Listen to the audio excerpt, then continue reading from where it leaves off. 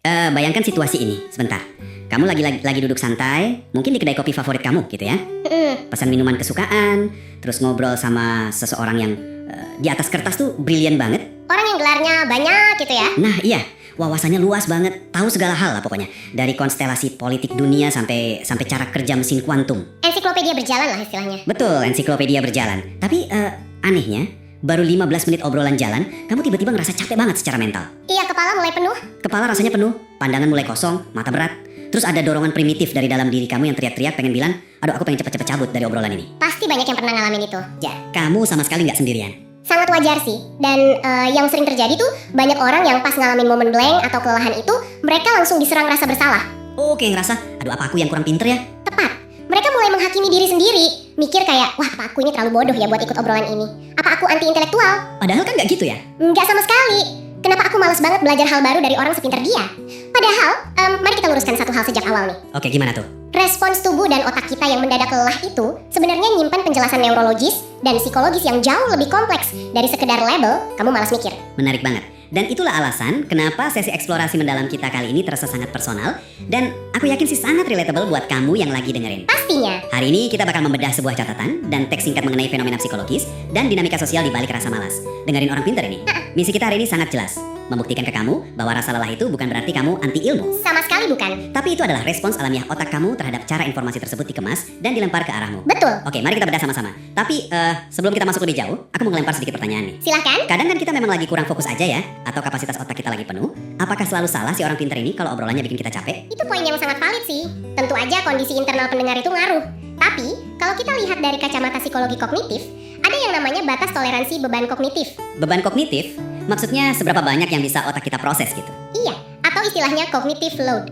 Otak manusia itu meskipun luar biasa hebat, sebenarnya dia sangat pelit energi. Pelit energi gimana tuh? Gini, dia cuma nyumbang sekitar 2% dari berat tubuh kita, tapi ngonsumsi 20% energi kita. Wah, lumayan boros juga ya ternyata. Banget. Nah, ketika kita interaksi sama seseorang, otak kita tuh kerja keras bukan cuma buat nerjemahin kosakata yang diucapin, tapi juga perhatiin hal lain ya. betul, baca mikroekspresi, nada suara, hierarki sosial, dan niat di balik kata-katanya. Oh, pantesan gampang capek. Jadi, ketika cara penyampaian informasinya berantakan, atau nggak berempati, atau terlalu nuntut tanpa ngasih reward sosial yang jelas, otak bakal bunyikan alarm. Ibaratnya telinga mendadak tuli, itu cara otak mutus sikring listrik ya, biar gak overload. Tepat sekali. Ini murni soal nolak beban kognitif yang dirasa nggak ada gunanya buat kita saat itu, bukan menolak ilmu pengetahuannya. Wah, ini ibarat smartphone yang otomatis matiin aplikasi-aplikasi berat di latar belakang pas baterainya tinggal 10% ya. Analogi yang pas banget. Masuk akal banget sih. Nah, dari teks yang kita jadiin sumber obrolan ini, ada satu pola menarik tentang kenapa hal ini bisa terjadi. Salah satu biang keroknya itu kurangnya empati kognitif. Empati kognitif. Aku jadi ingat satu analogi. Coba bayangin ada maestro piano kelas dunia. Jarinya tuh bisa nari di atas tuts mainin Beethoven sambil tutup mata lah. Jago banget berarti. Iya, jago banget.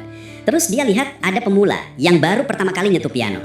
Dan sang maestro ini malah marah-marah mendengus frustrasi cuma karena si pemula nggak tahu di mana letak nada C dasar. Wah, itu sih arogan banget ya kelihatannya. Nah itu, rasanya kok arogan sekali kan? Tapi tunggu dulu, masa sih orang dengan kecerdasan setinggi itu nggak bisa mikir sederhana kayak, oh temanku ini kan awam. Sesulit itukah buat merem dikit dan menyesuaikan level obrolan? Yang sangat menarik di sini adalah, secara neurologis, jawabannya memang sesulit itu. Oh iya? Sesulit itu. Iya. Di dunia psikologi kognitif, ada istilah yang namanya curse of knowledge, atau kutukan pengetahuan. Kutukan pengetahuan?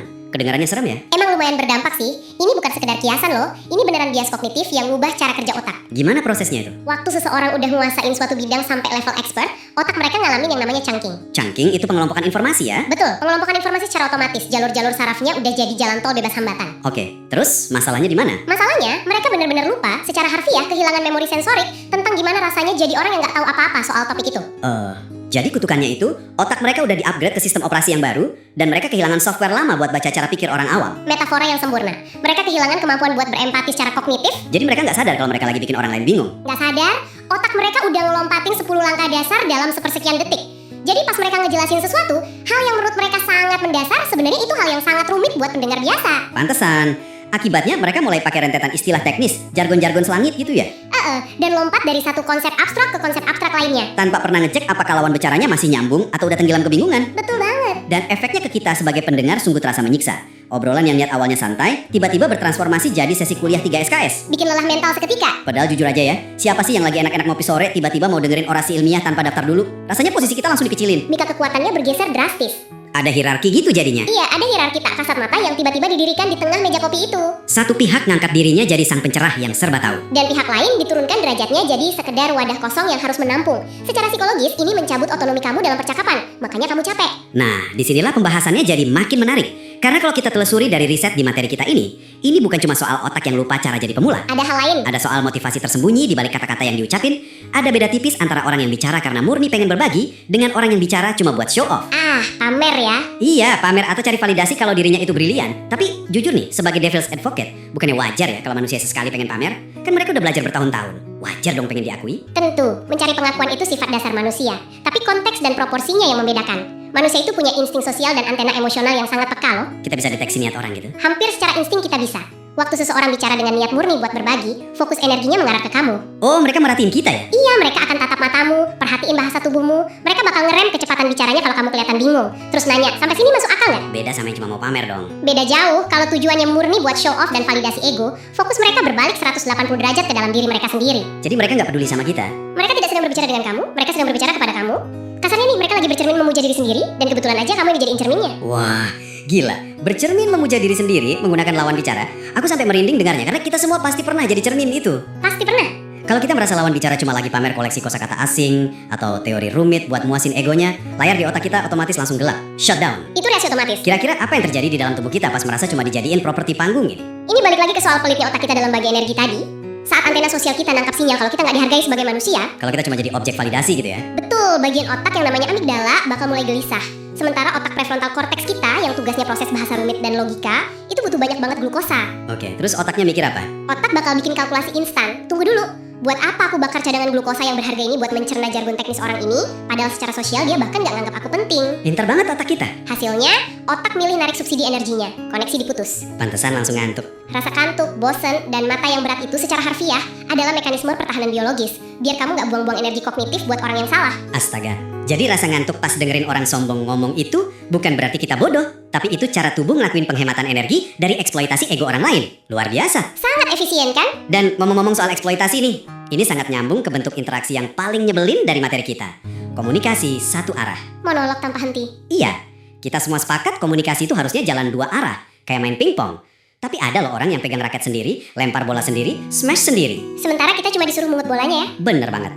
Gak ada ruang sama sekali buat kita nyisipin pendapat atau sekedar napas. Dan jika kita telah lebih dalam ya, monolog dalam konteks sosial yang kasual itu sebenarnya adalah bentuk dominasi agresif yang dibalut kata-kata. Dominasi agresif. Iya, secara naluriah manusia itu makhluk komunal yang bertahan hidup lewat kerjasama. Percakapan itu ibarat tarian kooperatif. Jadi kalau satu orang aja yang ngomong terus, Saat satu pihak memonopoli oksigen di ruangan dengan suaranya tanpa ngasih jeda, itu menekan insting kebebasan kita. Kita ngerasa tersudut. rasanya benar-benar kayak disandra sama durasi bicara mereka kan? Tepat sekali. Karena ruang buat bersuara, hak untuk didengarkan, itu bentuk validasi eksistensi kita di sebuah kelompok. Pas ruang itu direnggut, insting kita berontak. Betapapun briliannya ide mereka, betapapun solidnya data yang dibawa, kita bakal nolak mentah-mentah. Kenapa? Karena cara penyampaian mereka udah melanggar aturan paling dasar dalam kontrak sosial manusia. Yaitu rasa saling menghargai. Setuju banget. Oke, sekarang mari kita bawa obrolan ini ke situasi yang sering banget kita alami sehari-hari. Boleh, silakan. Coba bayangin cerita yang ada di sumber kita. Katakanlah namanya Budi. Budi ini baru aja ngalamin hari yang super buruk. Mungkin baru putus cinta atau abis dimarahin habis-habisan sama bosnya. Lagi down banget ya? Banget. Dia pulang dengan bahu turun, energi habis, terus mutusin buat curhat ke temennya di kafe. Budi cuma pengen didengerin. Budi cuma butuh seseorang nepuk pundaknya. Kebutuhan emosional dasar. Tapi apa yang terjadi?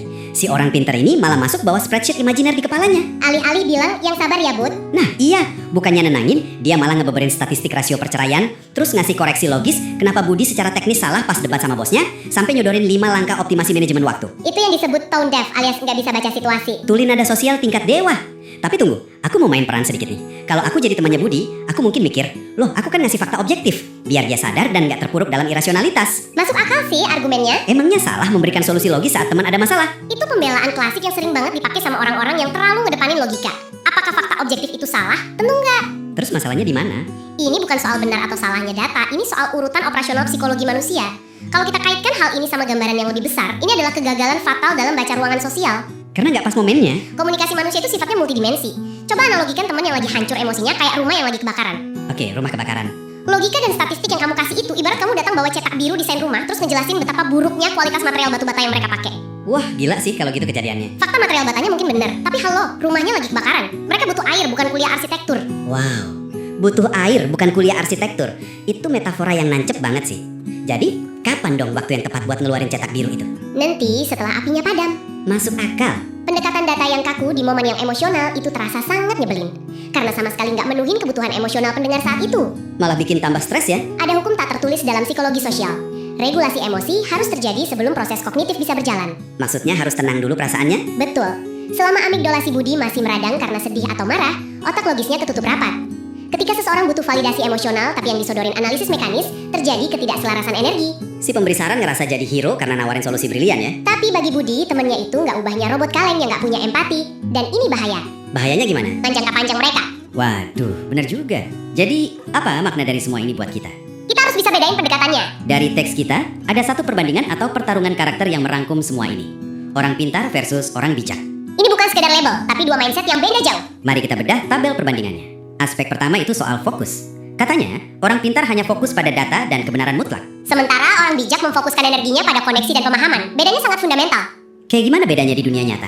Kalau fokus kamu cuma muja kebenaran mutlak secara kaku, kamu bakal rela nebas perasaan lawan bicara demi menangin argumen. Ngerasa puas pas bilang, kan aku udah bilang faktanya gini. Tepat, tapi kalau orientasi kamu adalah orang bijak yang cari koneksi, kamu tahu kalau kebenaran yang dipaksain dengan kasar nggak akan pernah mengubah pikiran siapa-siapa. Orang bijak cari cara biar kebenaran itu bisa dicerna dengan nyaman ya. Karena mereka nempatin nilai kemanusiaan jauh di atas ego receh buat kelihatan paling tahu. Sangat dalam.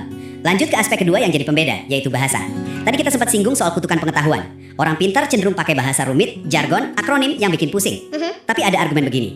Aku pakai istilah teknis, kan supaya presisi, supaya akurat. Keakuratan itu nggak harus ngorbanin pemahaman loh. Justru pemikir paling revolusioner dalam sejarah itu mereka yang mampu menyederhanakan kompleksitas. Kayak teknik Feynman itu ya. Betul banget, teknik Feynman. Ukuran sejati bahwa kamu paham sebuah topik bukan saat kamu bisa pakai bahasa tingkat tinggi. Tapi saat kita bisa ngejelasinnya dengan sangat sederhana. Sampai anak usia 12 tahun pun bisa ngerti intisarinya. Orang bijak pakai bahasa sehari-hari karena niatnya memang buat membumikan konsep. Berarti butuh kecerdasan ekstra buat menyederhanakan ide rumit ya. Jauh lebih besar usahanya daripada sekedar ngelontarin bahasa buku teks. Orang bijak itu mau repot-repot turun tangga buat gandeng tanganmu naik bareng. Alih-alih berdiri sendirian di puncak gunung keangkuhan sambil neriakin kita di bawah ya. Nyelamin penjelasan itu bikin aku sadar bedanya aura kedua tipe ini. Sangat terasa bedanya. Lanjut ke aspek ketiga, yaitu mendengar. Ini bagian terfavoritku karena paling sering kita alami. Orang pintar cuma nunggu giliran bicara. Mereka kelihatannya diam, tapi di kepala mereka lagi ngisi peluru balasan. Dan itu sangat kelihatan dari matanya yang gelisah atau bahasa tubuhnya yang condong pengen cepet-cepet nyela. Nah kalau orang bijak gimana? Mereka punya keterampilan paling langka di abad ini. Mereka benar-benar menyimak, hadir sepenuhnya, active listening. Jadi pas kita ngomong, pikiran mereka nggak sibuk nyari celah logika kita. Enggak, mereka meresapi emosi di balik nada suaramu. Karena mereka tahu, menyimak tanpa intensi menghakimi itu adalah bentuk apresiasi paling murni. Terasa damai banget ya punya teman ngobrol kayak gitu. Dan akhirnya, ini bermuara pada aspek keempat, yaitu tujuan utama mereka dalam komunikasi. Tujuan orang pintar cuma pengen buktiin kalau dirinya benar. Titik. Sementara endgame dari orang bijak adalah ngebuat orang lain paham dan merasa terhubung. Ini merangkum semua yang kita bahas sejak awal ya. Kalau tujuan tertinggimu adalah pemahaman bersama, otomatis kamu bakal manggil empati kognitifmu. Kamu tekan ego show off kamu, buka dialog dua arah, dan meraba situasi emosional ruangan. Semuanya selaras. Luar biasa. Mengurai semua perbedaan ini benar-benar ngasih aha momen buatku. Nah, untuk kamu yang lagi dengerin diskusi kita, aku pengen ngajak kamu lakuin satu eksperimen mental ringan nih. Coba refleksikan interaksi sosial kamu. Iya, coba putar balik memorimu. Ingat-ingat interaksi terakhirmu sama seseorang yang bikin dadamu sesek dan energimu terkuras habis. Tanyain ke diri kamu sendiri secara jujur. Apakah orang tersebut memang sering motong pembicaraanmu? Apakah orang itu benar-benar ngajak kamu mikir kritis? Atau jangan-jangan dia cuma sibuk memonopoli percakapan? Dan maksain data logis pas kamu sebenarnya cuma butuh didengar. Menyadari pola ini dan menamai perasaan tersebut itu adalah langkah pertama buat bebasin dirimu. Berhenti menyalahkan diri sendiri ya. Betul. Kamu sekarang punya dasar ilmiah dan psikologis buat memvalidasi perasaanmu. Nolak interaksi yang minim empati itu hal yang sangat wajar. Ini adalah validasi penutup yang sangat melegakan untuk sesi eksplorasi kita hari ini. Kesimpulannya sangat jelas. Kamu sama sekali nggak salah kalau ngerasa capek dengerin orang pintar yang arogan. Kapasitas energi kita ada batasnya. Bahkan, ide yang paling revolusioner, data yang paling akurat sekalipun, kalau dibungkus sama kesombongan dan ketiadaan empati, bakal langsung ngebentur tembok pertahanan otak kita. Karena otak instingnya ngamanin diri sendiri dulu. Otak manusia secara insting bakal selalu memprioritaskan keselamatan emosional dan penghargaan sosial jauh di atas sekedar ngunyah fakta mentah. Tepat. Pesan terpenting yang harus kita pegang adalah kecerdasan intelektual itu luar biasa hebat.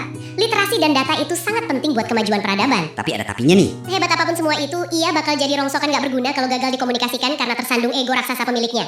Ilmu pengetahuan itu harusnya jadi jembatan empati. Jembatan yang ngehubungin pikiran-pikiran yang beda ya. Bukan malah jadi pedang yang dipakai buat nebas mereka yang belum tahu. Setuju banget. Jangan sampai pengejaran kita akan kepintaran justru menggerus sisi kemanusiaan kita. Dan kalau kita mau ngerenungin ini lebih jauh, melihat gimana insting kita nolak kepintaran tanpa empati, ini memunculkan satu pertanyaan besar. Sesuatu yang layak kita buat tidur malam ini. Pertanyaan apa tuh? Jangan-jangan selama ini sistem pendidikan, budaya kerja, dan lingkungan kita terlalu sibuk mencetak mesin-mesin kompetisi. Kita terlalu dilatih brutal buat selalu terlihat hebat, berdebat keras, dan jadi yang paling benar secara akademis. Sampai akhirnya kita lupa sesuatu yang penting. Sampai-sampai kita benar-benar lupa diajari gimana caranya jadi manusia yang peduli dan bisa saling terhubung satu sama lain. Wah, itu sungguh sebuah pertanyaan tamparan keras. Sesuatu yang pastinya bakal bikin aku terus merenung setelah obrolan kita ini selesai. Semoga bisa jadi bahan pemikiran juga buat para pendengar. Pastinya. Untuk kamu, The Learner, kompas kita di sini, teruslah asah rasa ingin tahumu. Jangan pernah berhenti baca, eksplorasi, dan perluas wawasanmu di bidang apapun yang kamu suka. Tetaplah belajar. Tapi, yang paling penting, pas kamu udah ada di puncak pengetahuan itu, jadilah pembawa pesan yang hangat. Jadilah bijak. Karena menjadi bijak jauh lebih berharga daripada sekedar terlihat pintar. Karena pada ujung hari, punya hati yang bisa memahami orang lain, itu jauh lebih membahagiakan daripada cuma jadi orang yang paling pintar di dalam ruangan. Sepakat. Terima kasih sudah ngabisin waktu berhargamu bareng kami dalam obrolan hari ini. Teruslah bertumbuh dan sampai jumpa di sesi eksplorasi mendalam kita selanjutnya.